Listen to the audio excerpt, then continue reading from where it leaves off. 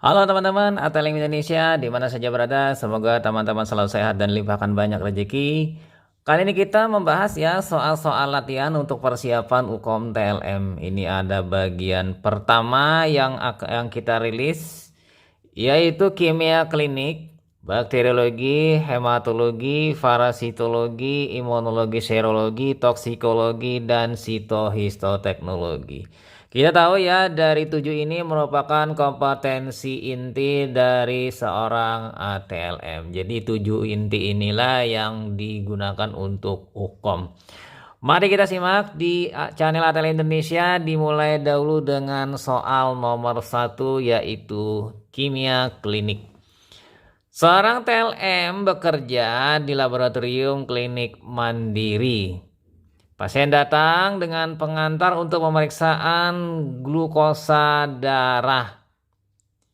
Hasil tes darah puasa menunjukkan kadar 180 mg per dl. Jadi ini lumayan ya, tinggi. Pada saat amplop hasil diberikan, pasien menanyakan kepada ATLM tentang hasil tersebut. Tindakan ATLM adalah titik-titik. Yang A, menganjurkan pasien membawa hasil tersebut ke dokter pengirim supaya mendapat penjelasan dan penanganan tepat ya, karena kadar gula darahnya ini tinggi ya dibandingkan nilai rujukan. Yang B, membuka amplop, menjelaskan hasil dan menyuruhnya segera ke dokter. Kemudian yang C, mengambil arsip hasil tes laboratorium lalu menyatakan pasien menderita DM ya, mengingat kadarnya 180 mg per dl. Kemudian yang D, tanpa membuka amplop memberitahu bahwa hasil tes tidak normal karena ia masih ingat hasil yang dikerjakannya.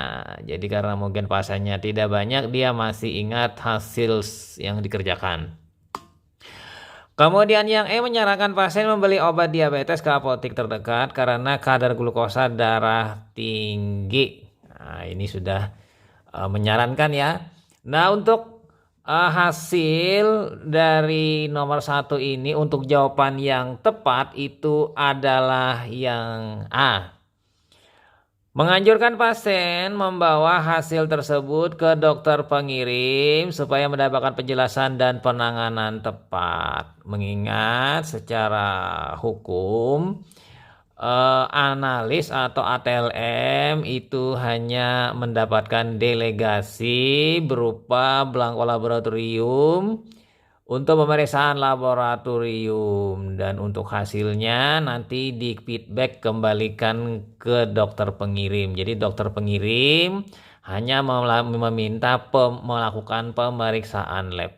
Jadi tidak ada menjelaskan atau menyarankan hingga menyuruh si pasien berobat. Itu berada kewenangannya di dokter ya. Jadi dokter nanti setelah membaca hasil labnya, kemudian melakukan edukasi, saran, penjelasan mengenai penyakit yang diderita pasien. Mungkin saja pasiennya ini diabetes mellitus atau mungkin hiperglikemik yang tidak jelas. Nah, dilakukan penanggulangan tepat misalnya dengan diet rendah gula ya, atau mengkonsumsi obat penurun gula darah. Jadi di sini tugas ATLM hanya mengerjakan pemeriksaan, kemudian menganjurkan kembali ke dokter yang mengirim. Kita pindah lanjut ke soal nomor 2. Seorang pasien mempunyai keluhan berkemih, terasa panas, sakit, tidak nyaman, dan keluar cairan putih kehijauan dari vaginanya. Dokter melakukan pengambilan spesimen dan memintanya melakukan pemeriksaan sekret vagina ke laboratorium dengan diagnosa menderita penyakit gonorrhea. Pewarnaan bakteri paling cocok pada kasus tersebut adalah titik-titik. Yang Azil Nelson, yang B Loeffler, yang C Neisser, kemudian yang D Burigin, atau yang E Gram.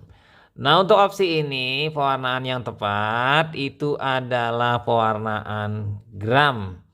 Jadi pewarnaan Gram digunakan untuk mendiagnosis penyakit gonorrhea. Dari sekretnya yang diambil, Kemudian dibuat sediaan pada slide dan diwarnai dengan gram. Maka nanti akan dibedakan menjadi gram positif dan gram negatif. Nah, untuk pewarnaan gram itu sebenarnya ada 4 langkah dengan gram A, yaitu menggunakan kristal violet, kemudian yang langkah kedua mordan, yang ketiga alkohol 95% untuk pelunturan, dan cat pelengkapnya adalah menggunakan safranin. Nah, untuk hasilnya maka nanti bakterinya ini termasuk dalam bakteri gram positif atau negatif. Kita tahu ya, untuk Ziehl-Neelsen ini untuk pewarnaan BTA. Sementara untuk Loeffler ini granula metakromatik ya pada Corynebacterium diphtheri. Dan Neisser juga untuk pewarnaan difteri ya untuk granulanya. Sementara Burigens ini adalah pewarnaan kapsul. Ada juga yang menyebut hanya Burigia saja, ada yang menyebut Burigens. Nah, untuk gram nanti untuk diferensiasi untuk gram positif dan gram negatif. Kita tahu ya, gram positif dan gram negatif ini dua hal yang berbeda. Kalau gram positif dia mengambil zat warna pertama, sementara gram negatif dia mengambil zat warna yang kedua. Nah, untuk Neisseria gonorrhoeae di sini dia bersifat gram negatif, kokus mungkin saja nanti intraseluler atau ekstraseluler, maksudnya di dalam leukosit atau di luar leukosit. Jadi dia akan berwarna nanti merah karena mengambil zat warna safranin atau fuksin, dan dia tidak mengambil zat warna kristal violet atau gentian violet. Nah, kita pindah lanjut ke soal selanjutnya, soal nomor 3, yaitu hematologi setelah kita melewati kimia klinik dan bakteri. Sebuah sampel diterima dengan identitas seorang pasien laki-laki dengan umur 25 tahun. Surat pengantar pemeriksaan dokter menyatakan bahwa pasien tersebut terindikasi mengalami peradangan akut, sehingga perlu dilakukan pemeriksaan hitung jumlah leukosit. Pemeriksaan dilakukan dengan metode manual, regensia yang digunakan titik-titik. Yang Atruk, yang B Lugol, yang C Risecker, kemudian yang D Hayem, atau yang E amonium oksalat 1%. Nah, untuk opsi jawaban ini, jadi teman-teman harus memilih adalah larutan truk. Jadi larutan truk ini digunakan untuk hitung leukosit secara manual. Larutan truk ini berisi asam asetat glasial ya 15%, 15 mili, kemudian gentian violet 1%, dan sisanya ATS dengan Aquades. Nah, untuk larutannya biasanya kita bisa membuat sendiri di laboratorium atau ya teman-teman membeli sudah dalam bentuk larutan yang dijual beretiket. Nah, untuk masing-masing larutan kita lihat di sini diferensiasinya. Truk itu untuk hitung leukosit, Lugol untuk direct peses ya di laboratorium, sementara Risecker hitung trombosit, Hayem hitung eritrosit, dan amonium oksalat 1% untuk hitung trombosit ya. Di sini keliru saya memasukkannya di sini. Trombosit. Jadi trombosit menggunakan amonium oksalat. Nah, kita tahu larutan truk ini digunakan untuk mengencerkan darah dan menghancurkan sel tidak berinti, yaitu trombosit dan eritrosit. Sehingga tersisa nanti hanya leukosit di lapang pandang dalam kamar hitung. Dan mungkin pada kasus tertentu juga mungkin ada normoblast. Eritrosit berinti tidak hancur, maka perlu dikoreksi penghitungannya dengan DIFCON, nanti dihitung berapa jumlah ditemukannya normoblast. Nah, kasus normoblast ini mungkin ditemukan pada kasus anemia nanti, mungkin anemia hemolitik atau anemia yang lain ya. Nah, kita pindah ke parasitologi nomor 4. Seorang pasien datang lagi ke sebuah puskesmas ingin melakukan pemeriksaan adanya parasit protozoa dalam tinja. Dan berdasarkan hasil diagnosa awal terindikasi kecacingan. Jadi dia diperiksa pertama, kedua. Hasil pemeriksaan spesimen pertama tidak ditemukan adanya parasit. Tindakan yang harus diambil agar pemeriksaan berhasil adalah titik-titik. Yang A mengambil spesimen lebih dari 1 kali dalam kurun waktu yang sama. Yang B mengambil kesimpulan bahwa hasil pemeriksaan negatif. Kemudian yang C mengambil minimal 3 spesimen dengan jarak waktu 2-3 hari. Kemudian yang D mengambil lagi spesimen pertama untuk diperiksa ulang. Atau yang E melakukan pemeriksaan ulang setelah 5 hari kemudian. Nah di sini pastinya untuk jawabannya yang tepat adalah yang A, mengambil spesimen lebih dari 1 kali dalam kurun waktu yang sama. Kita tahu ya yang namanya sudah diagnosisnya itu kecacingan, berarti di sini pasiennya ini memang tidak perlu lagi kita mau melakukan pemeriksaan beberapa spesimen jarak waktunya, karena memang produksi telur cacing itu konstan ya, hanya saja spesimennya saja yang mungkin tidak tepat pada saat diambil.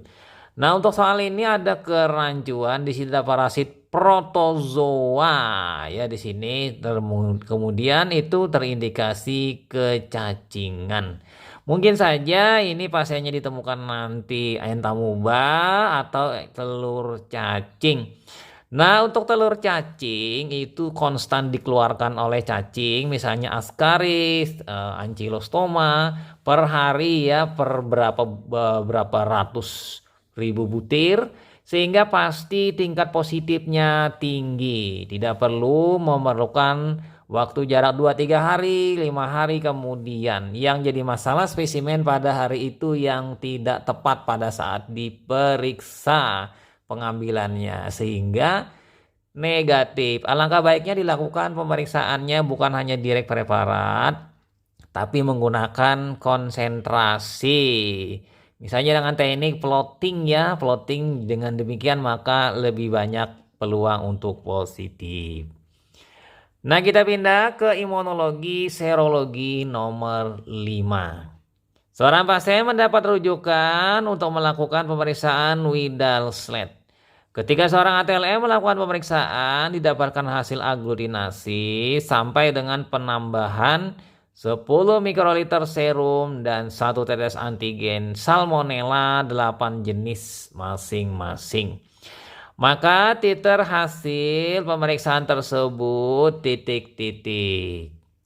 Yang A 1/20, kemudian yang B 1/40, C 1/80, D 1/160, yang E 1/320.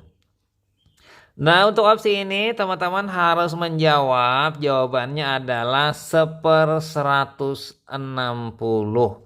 Kita tahu ya penggunaan Widal yang ideal itu 8 antigen ya, baik antigen O ya dari somatik karbohidrat, atau menggunakan antigen H flageller ya untuk protein. Jadi antigennya ada 8 dan pengenceran bertingkatnya 1/20 itu menggunakan 80 mikroliter serum. 1/40 40 juga, 1/80 20 mikroliter serum. Nah 1/160 inilah yang menggunakan 10 mikroliter serum, sehingga titernya 1/160. Nah bila masih positif juga maka nanti naik lagi menjadi 1/320 dengan penipisan serum menjadi 5 mikroliter. Kita pindah lanjut ke soal nomor 6, toksikologi. Seorang pasien berusia 35 tahun datang ke laboratorium membawa surat pengantar dari dokter untuk diperiksa urinnya. Pada spesimen urin diperiksa dengan penambahan reagen Marquis, di mana uji tersebut menunjukkan warna ungu kemerah-merahan. Jenis yang ditemukan pada kasus di atas adalah titik-titik. Yang A kodein, yang B morfin, yang C favipiravir, yang D tebain, yang E narkotin. Nah, untuk opsi jawaban ini adalah reaksi khas antara marquis dengan morfin. Nah, kita tahu untuk reaksinya lihat pada berikut ini. Jadi morfin dengan formalin itu akan terjadi proses kondensasi ya, kemudian diazotasi dia ya, kemudian di situ dengan bantuan asam sulfat dia melakukan hasil penggabungan berupa warna violet ya, violet ini warna ungu kemerahan. Kita pindah lanjut lagi ke soal nomor 7, soal terakhir sitohistoteknologi. Diterima satu toples kaca bertutup merah bersegel berisi jaringan otak terfiksasi formalin 10% dan jaringan paru terfiksasi formalin 10%. Diketahui jaringan tersebut berasal dari korban terbakar yang sudah dilakukan pemeriksaan dalam dan luar. Nah, pemeriksaan awal apa yang dilakukan? Yang A warna jaringan, yang B bentuk jaringan, yang C ukuran jaringan, yang D kandungan formalin, atau yang E makroskopik jaringan. Nah, di sini jawabannya menurut kuncinya adalah bentuk jaringannya ya untuk jawaban yang tepat. Oke, itu saja teman-teman sebagai pembuka soal persiapan UKOM bagi ATLM atau calon-calon ATLM yang sedang kuliah dan akan mengikuti ujian akhir program selama pendidikan. Sampai jumpa di video-video selanjutnya. Saya Ahmad Le pamit. Bye.